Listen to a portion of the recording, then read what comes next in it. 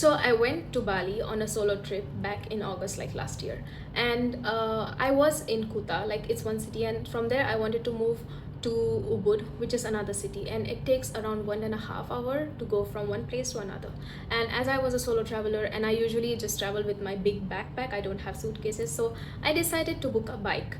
And when you actually see that the distance is long, like 1.5 hours, you expect slightly higher fares, right? But for that distance, Gojek showed me 80k IDR, which is, for a few of you it might be a lot, but look at it from this perspective. So I got on the bike and the traffic was crazy. The heat was crazy. It was so hot. The driver was driving and then the traffic was crazy. And I cannot imagine my father working so hard, like driving with a passenger behind him in such a heat, and with, with my luggage, it was much more like heavier, like a third person is sitting there. So I cannot imagine my father driving and working in those conditions and actually getting paid like 80k, and that to 20% is being taken by his company.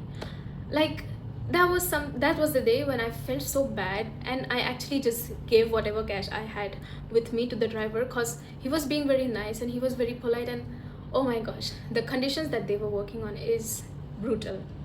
So yeah, it was that incident, and today it happened. And also in Bali again, when I was going to the airport, I again had a car, like a Gojek car, and that's when I talked to the driver again, and the driver was like, well, I had to move from Malang, like he lived in Malang, his family's here, but then it's been 8 years since he moved there because there's no job here and just works as Gojek. But again, the pay is taken away. Like, I understand it's the base fare, but still it doesn't feel fair to the people working, because as a consumer, as a customer, it is convenient. Like, these ride hailing services are convenient, but if you look at it from the point of view of the people who are actually working on the front lines, it's not convenient at all. And I don't really know what might be the solution to this whole situation, because maybe there are things in the system which I don't understand.